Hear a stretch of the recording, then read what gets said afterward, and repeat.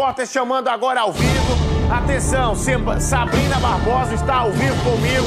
Coloca exclusivo, meu filho. Como dizia o saudoso Marcelo Rezende, nós estamos agora ao vivo com a dona Edileuza, que é a irmã do senhor Francisco Lopes, que é o padrasto, o homem que confessou que matou Júlia. A irmã desse homem está ao vivo conosco e tem muita coisa a falar sobre o caso.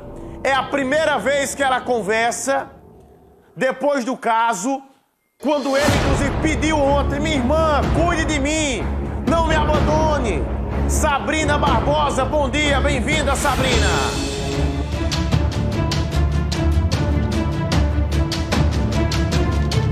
Bom dia, Bruno. Bom dia vocês aí de casa. Esse detalhe que você acabou de frisar aí, Bruno, quando ele foi preso, que ele fez esse pedido: minha irmã, não me abandone, não me deixe sozinho. É isso que está perturbando a família do Francisco, o assassino de Júlia. Ela está aqui, a Edileuza, comigo, vai falar um pouquinho dessa angústia, dos momentos em que ele foi preso e quando ele revelou o que foi que você sentiu, quando ele mostrou onde o corpo de Júlia está, quando ele mostrou, inclusive, os atos sexuais que ele já tinha tido com ela, o que foi que você sentiu. Esse Francisco que mostrou para toda Paraíba o que ele fez, é o Francisco que você conhecia? Não. O Francisco que eu conhecia, o Francisco que estava perto de mim, que estava perto da minha casa, que estava o tempo todo perto da minha mãe, não é esse. Não é esse. Eu não conseguia acreditar. Eu só acreditei, gente, quando eu cheguei, que eu vi que ele tinha levado a polícia para o corpo onde tem colocado Júlia. Minha mãe até agora não consegue acreditar. Eu estou sofrendo muito com todas essas acusações.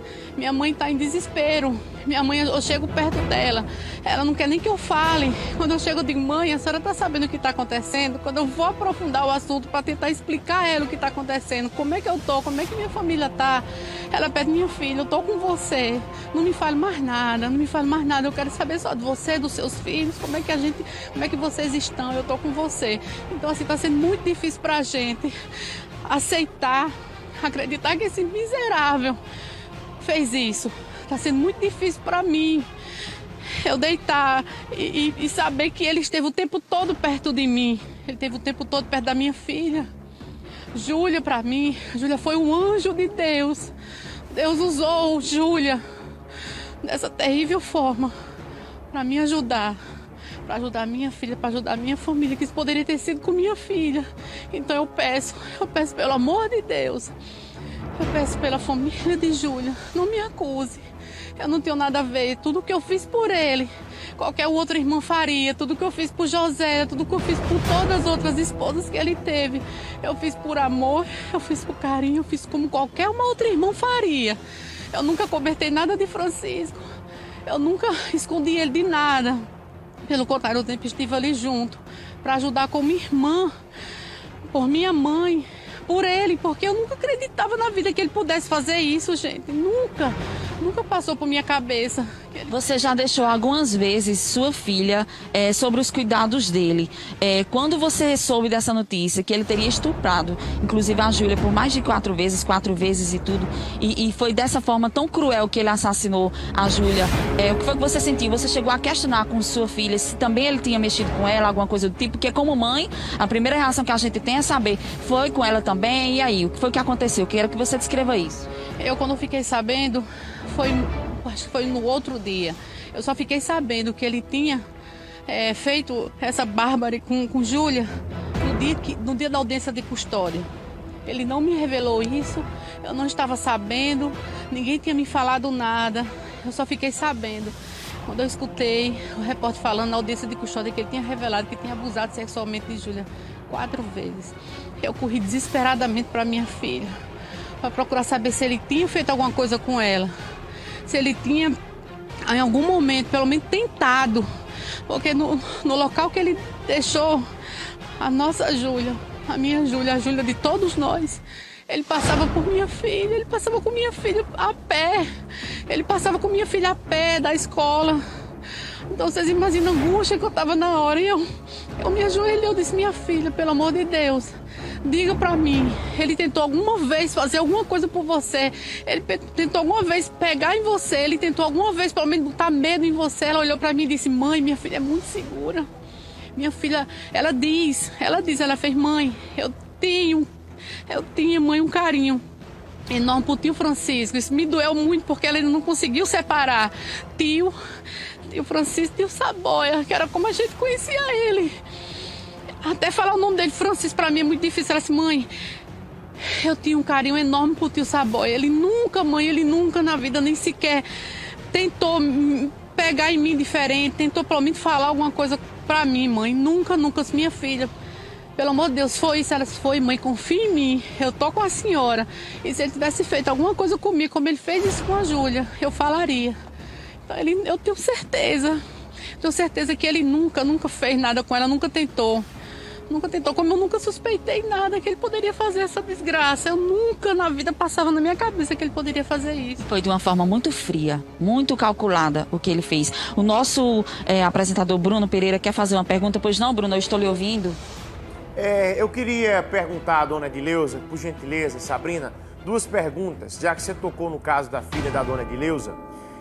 Pergunte à dona Edileuza como era a convivência do senhor Francisco com a filha dela. E se agora, depois desse caso, o senhor Francisco já ter revelado que matou a Júlia, se na concepção dela, enquanto irmã, o senhor Francisco deixou algum tipo de pista que mais alguma pessoa poderia saber desses abusos que vinham acontecendo. Se mais alguém poderia saber disso.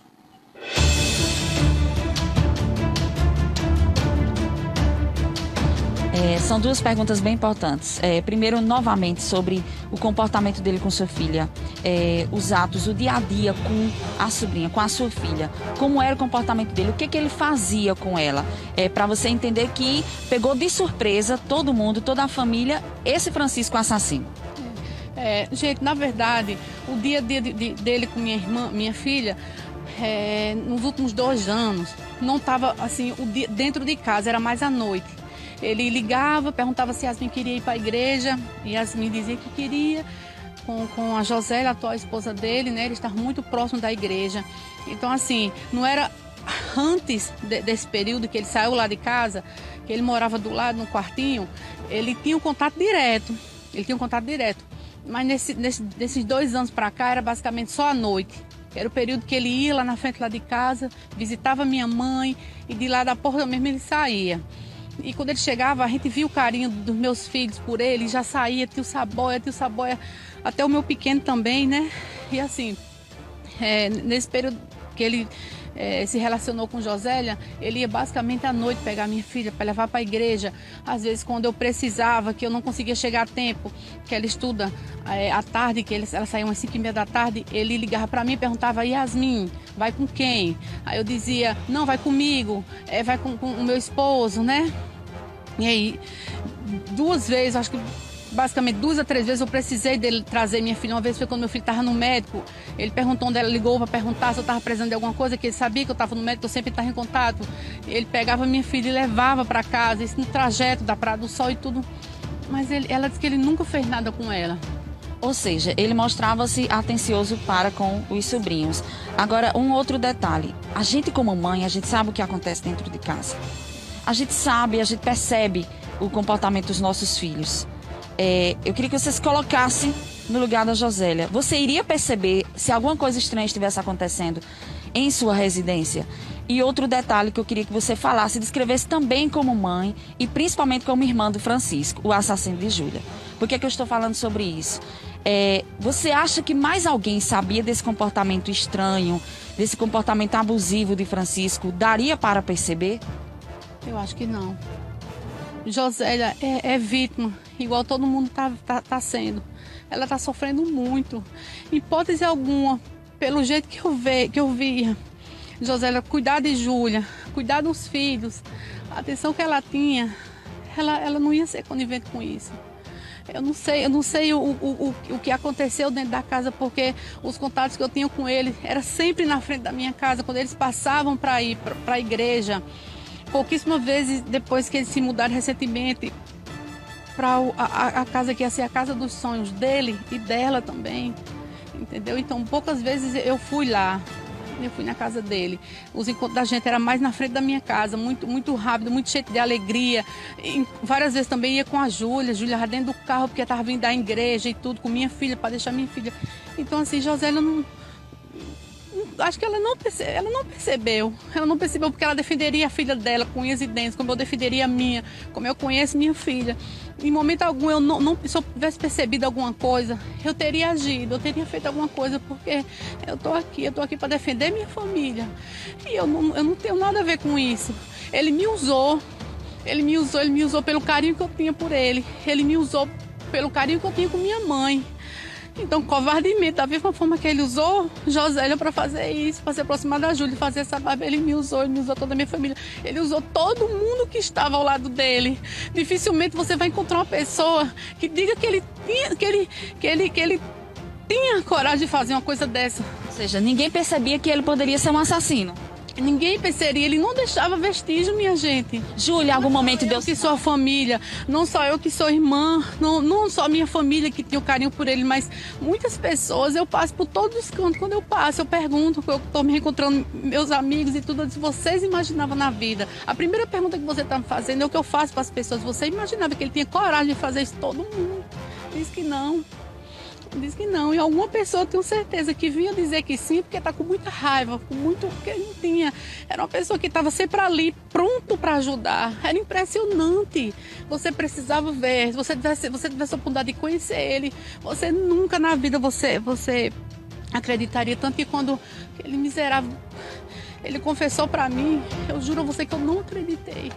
Eu vim para casa, eu fui pegar meus filhos, o delegado me pediu, vá para casa, vá fazer suas coisas, porque ele vai levar para o corpo da Júlia. Então, até aquele momento, eu juro que eu pensei que ele estava fazendo aquilo para se proteger, porque ele estava com medo. Medo de quê? Medo que acontecesse alguma coisa com ele, porque todo mundo já estava cercando. E eu não acreditei. Quando eu cheguei em casa, eu não falei pro meu esposo, não falei pra ninguém. Eu deitei na rede, peguei meu filho, fui amamentar ele, botei ele pra dormir. Foi quando eu vi o noticiário. Eu saí desesperada. A sua convivência com Júlia, nesses últimos dias, você percebeu algo estranho do comportamento dela? Se ela queria falar alguma coisa, porque inclusive a própria avó materna já tinha dito que olhava, que ela queria tentar conversar alguma coisa, tentou algumas vezes esclarecer isso, mas não teve coragem. Com você, alguma vez, Júlia abordou, tentou mostrar que estava acontecendo alguma coisa, deu sinais de que alguma coisa estava errada? Não deu sinal algum. Inclusive, algumas vezes a gente levou ela para a escola porque o carro dele esteve no concerto por algum período, como a gente morava perto e ela estudava na escola do meu filho. A gente levava ela para a escola e em alguns momentos eu participava da vinda dela da escola para casa e pelo contrário, no primeiro dia de aula eu lembro ela tão alegre dentro do carro com meu filho, até dizendo, minha gente, a escola era muita bagunça, né, Francisco, não sei o quê, eu e meu esposo, a gente, não, Júlia, tenha calma, né, ela bem assim, né, como é que eu posso dizer, angustiada, mas não angustiada, insatisfeita, na verdade, porque ela queria um retorno, assim, bem forte dos estudos e tudo. Aí eu dizia, não, minha filha, você vai ter calma, vocês dois vão ter que ser diferentes, vocês vão ter que mostrar o diferencial, né, que vocês querem estudar e tudo. Então, assim, uma criança bastante comunicativa, risonha e tudo. Em nenhum momento que eu me aproximei de Júlia, eu percebi nada, em nenhum momento eu não percebi. Eu queria que você falasse. Se tivesse percebido, eu teria ajudado Júlia. Eu teria ajudado. Se eu soubesse que ele estava com esse instinto infernal, eu teria feito alguma coisa. Se ele queria minha ajuda, como ele está dizendo aí, que eu não abandone, ele tivesse me pedido ajuda antes. Eu faria alguma coisa, eu internaria, eu tirava ele perto de Júlia, eu faria alguma coisa para proteger Júlia, para proteger minha filha, para proteger qualquer outra pessoa que eu viesse saber que ele seria capaz de fazer essa desgraça toda. Bruno quer fazer mais uma pergunta. Pois não, Bruno, pode ficar à vontade, Sabrina, querido. 2 perguntas que eu queria, por gentileza, já lhe agradecendo, as perguntas que você está fazendo, agradecendo a dona Adileuza pela atenção em conversar conosco. Eu queria perguntar à dona Adileuza, qual foi o momento que caiu a ficha dela que ela tomou conhecimento, ou que o Francisco disse, olha, Edileuza, fui eu que matei a Júlia. Qual foi o momento que ele confessou para ela? Se ela desconfiou em algum momento, se ela percebeu alguma contradição dele e se ela vai ajudar o irmão dentro da cadeia. Que o irmão fez um pedido para ela, disse, Edileuza, não me abandone. A senhora vai ajudar, dona Edileuza, o seu irmão na cadeia?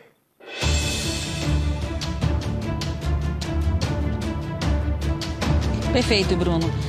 Primeiro, para a gente falar um pouquinho sobre essa questão do momento que você recebeu a notícia, quando ele revelou para todo mundo, para a imprensa, para todas as pessoas, que foi ele que matou Júlia.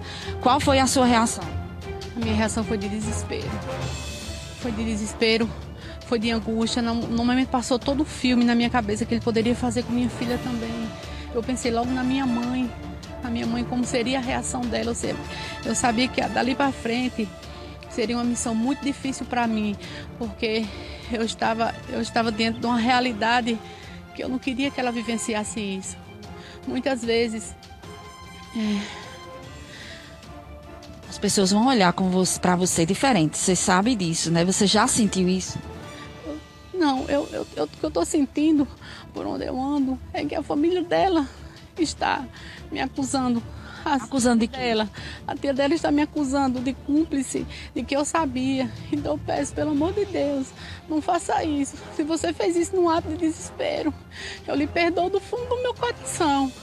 Os meus amigos, os meus familiares, por onde eu passo, meus vizinhos todos lá no meu bairro, tá dizendo, Edileuza, você não tem culpa. A todo momento eu tô recebendo mensagem de solidariedade, todo mundo conhece minha trajetória, todo mundo conhece minha vida, todo mundo conhece a vida da minha família, entendeu? Então assim, eu peço pelo amor de Deus, se ela tá me acusando dessa forma, eu perdoo você, Josiane, de coração. Eu não tenho nada a ver com isso. O que eu fiz sempre junto de vocês, em momento algum. Eu tirei meu irmão de perto de vocês para protegê-lo, para dizer que eu ia fazer alguma coisa com ele. Era o tempo todo perto de Josélia, era o tempo todo perto de você, era o tempo todo perto de Joel, o tempo todo perto de vocês. Quando eu recebi a notícia que eu tinha que tirar ele de lá, foi a Joelma que ligou para mim. A mãe dela ligou para mim. A mãe dela não, minto. Quem ligou para mim foi ele. Pediu para eu ir lá, que a mãe dela estava se sentindo ameaçada, que não queria ele ir lá, porque estava achando que o pessoal ia tirar, ia fazer alguma coisa com ele, podia fazer alguma coisa com a família. Eu estava com meu filho no hospital. Eu saí do hospital e disse, tenha calma, eu vou ir agora. Fui lá. Quando eu cheguei lá, a cena que eu encontrei foi Josélia, a mãe da Júlia, Joelma, a sogra dele e ele em pé. Ela me falou que precisava tirar ele lá de casa. Eu disse, eu vou tirar, mas antes a gente vai para a delegacia. Eu vou levar ele para a delegacia, a gente vai arrumar um canto para ele. Porque eu pensei que ele era inocente. Ele estava contribuindo o tempo todo, com a gente nas buscas, indo nos estabelecimentos públicos atrás de câmera.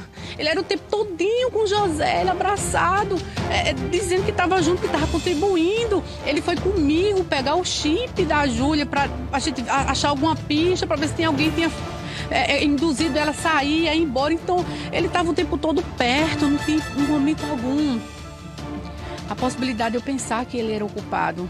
E quando eu fui para a delegacia com ele, que eu cheguei lá, a gente ficou lá o tempo todo esperando o delegado chegar para informar qual era o local que a gente ia levar ele, a pedido da família dela, que não estava aguentando a pressão.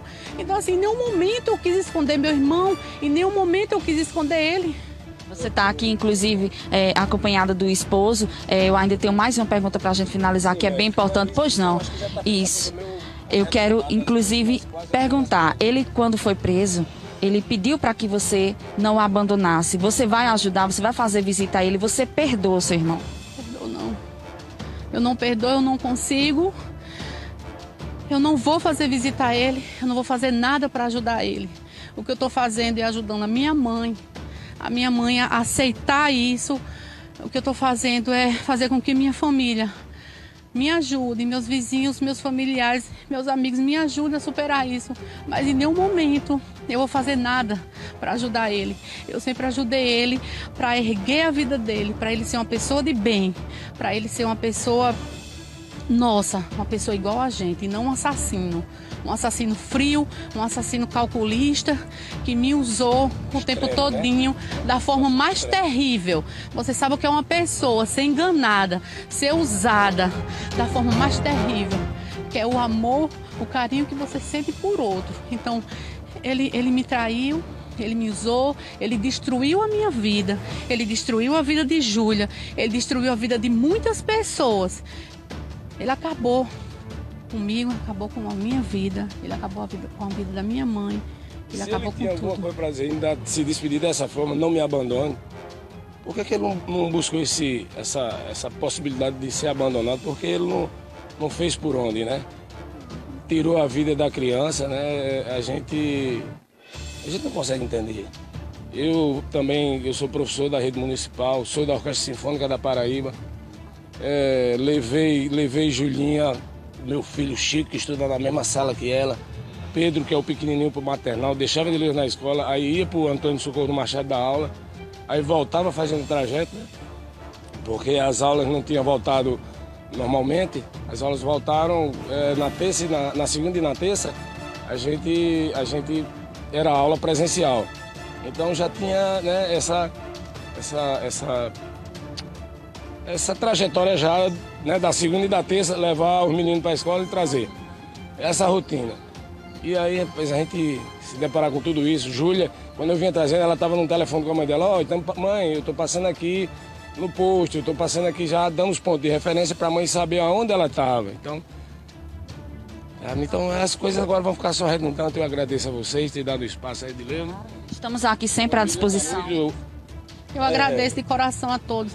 Eu agradeço aos meus vizinhos, aos meus amigos, aos meus familiares. Eu agradeço a todo o apoio que vocês estão me dando. Agradeço profundamente. E eu peço à família da Júlia, não me acuse. Eu sempre estive o tempo todo perto de vocês. Fique tranquilo com isso aí, ó. Eu queria que vocês fizessem uma pesquisa lá, na nossa vizinhança lá, para saber quem somos. O que a gente fez e o que a gente faz e o que a gente recebe todo esse tempo que a gente tá lá na Praia do Sol. Eu tô há mais tempo, né, que eu comprei o terreno antes, aquela coisa toda, desde 2001 que eu tô lá, né?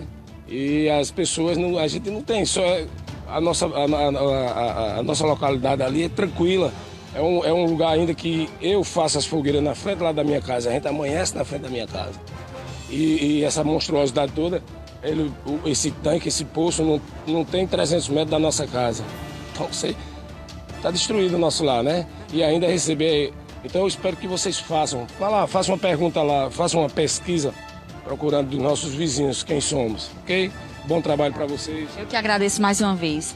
Bruno, tá aí. São vários depoimentos que vêm chegando, várias situações que vêm chegando até a nossa reportagem. A gente fica realmente transtornados, mas acabamos de conversar aí com a Edileza, com o casal, os tios, né, da querida Júlia. E aí a gente segue com vocês aí direto aos estudos com mais essa etapa desse caso que parece não ter fim. É com vocês. Sabrina, muito obrigado, Sabrina. Parabéns mais uma vez na marca da exclusividade. A TV Arapuã, o Tribuna Livre, mais uma vez, cumprindo a nossa função e a nossa missão de ouvir todos os lados da história. Eu quero agradecer a dona Edileuza por ter falado conosco, por ter falado com Sabrina Barbosa, por ter escolhido esse programa para ser o programa em que ela está conversando pela primeira vez, abrindo o jogo, conversando, dando a versão dela. Eu volto a dizer, tudo precisa ser investigado. Tudo precisa ser investigado. A investigação não acabou, não terminou. Agora, nós não podemos também transferir culpa, transferir responsabilidade. Eu queria muito ouvir a dona Edileuza, assim como ela deve ser ouvida também no inquérito policial. Se ela não tiver nenhuma culpa de nada, nós não podemos transferir a culpa do irmão dela para a dona Edileuza, jamais. Não pode transferir culpa e responsabilidade. Agora, é preciso de uma investigação rápida, séria e que não deixe nada passar em branco. Porque algo dessa maneira, um crime dessa maneira, com um monstro desse, com um assassino desse, não pode passar em branco. Tiraram a vida de uma criança, de um adolescente. Adolescente que teve a vida interrompida, teve a infância interrompida. E olhe, atenção Paraíba, se não aparecer mais vítimas do senhor Francisco. Mais vítimas do senhor Francisco. Por onde ele passou, por onde ele andou, com quem se relacionava.